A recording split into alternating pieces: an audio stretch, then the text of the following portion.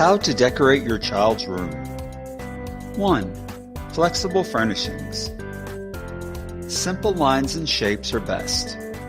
A bed that's shaped like a Star Wars ship is great when he's little, but in the teen years you'll need to replace that furniture. 2. Room to grow.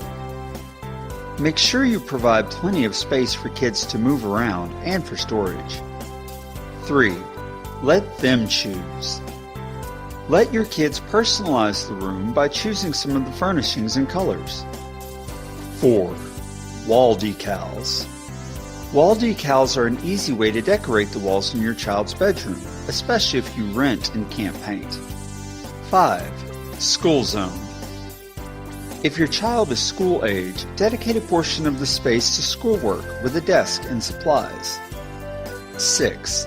Open shelves. Make it easy for your kids to clean up with open shelves that make quickly returning toys to their place simple and easy.